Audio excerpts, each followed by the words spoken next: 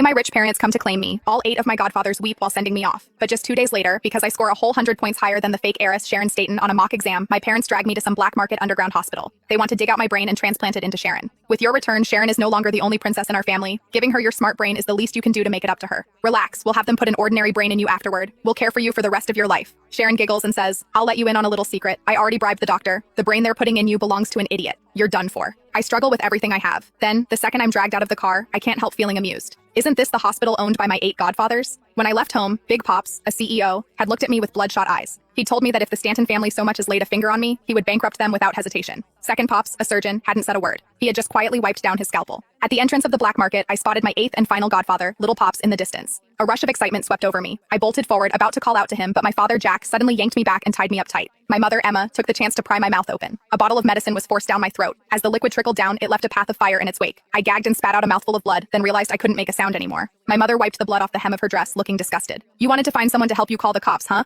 Don't blame us for this. You're the one who wouldn't behave. Before I could catch my breath, an icy iron mask was strapped over my face. My parents and my adoptive sister, Sharon Stanton, also put on their own masks. I'd forgotten about that. Little Pops had told me before that these rich people wanted to do evil but didn't want anyone to know. So, the black market had a rule. Every customer had to wear a mask to go inside. I guess that meant my parents knew as well that what they were doing wasn't exactly angelic. All right, let's get going. The earlier we get the surgery over and done with, the less you'll have to suffer. Little Pops came over to greet us. He was slim and stood with his back straight, and his signature smile was in place. He didn't look like someone who scraped by in a black market at all. Customer number 9, this way please. Both sides of the passageway were lined with rooms partitioned off by sheet metal. From inside came waves of screams, and blood slowly seeped out through the gaps under the doors. Jack pushed me forward and deliberately lowered his voice threateningly. Hear that? If you don't behave, you'll be locked up in there too. The man up ahead is the boss of this place. He may look amicable, but he's known for being vicious under that smile. He rounded up everyone here, so you'd better not cause trouble. I almost burst out laughing. A man who looked amicable but was actually vicious? Was he talking about my Little Pops, who had once tracked a human trafficking ring for thousands of miles, rescued a truck full of kidnapped kids, and then personally sent each child back home? In this black market, the only ones who got beaten up were the real scumbags. I stared coldly at my parents and Sharon. I figured it wouldn't be long before it was their turn to get beaten. While Jack wasn't paying attention, I suddenly broke free from his grip and hurled myself at the wall beside us. As long as I got the iron mask off, Little Pops would recognize me. However, Jack quickly lunged after me and shoved my head straight into the brazier next to us. I screamed as the flames heated the mask in an instant, making a searing pain tear across my face. The stench of scorched flesh filled the air, and the mask fused directly to my skin. Who said you could take off the mask on your own?